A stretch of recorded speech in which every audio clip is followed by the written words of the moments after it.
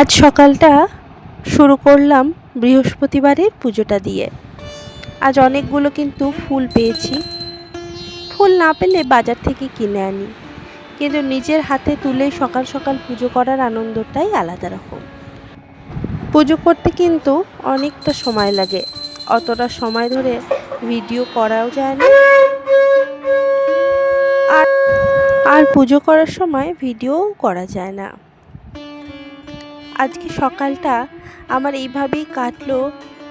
প্রত্যেক দিন গরম লাগলেও আজ কিন্তু যেহেতু সকালবেলাতেই স্নান সেরে নিয়েছি, তাই একটু ঠান্ডাই লাগছে, মানে আরামের মধ্যেই আছি। আর যেহেতু বৃহস্পতিবার, তাই ঘরে ধূপ ধুনো তো ম্যান্ডেটরি, দিতেই হবে। আমার শাশুড়ি মায়ের লক্ষ্মীর ঘট পাতার নিয়ম নেই, তাই আমরাও ঘট পাতি না, কিন্তু এই বৃহস্পতিবার একটু ধূপ ধুনো, লক্ষ্মী মাকে আরাধনা করে তার পছন্দের ফুল দিয়ে সকালটা একটু না খেয়ে পুজো করার চেষ্টা করি।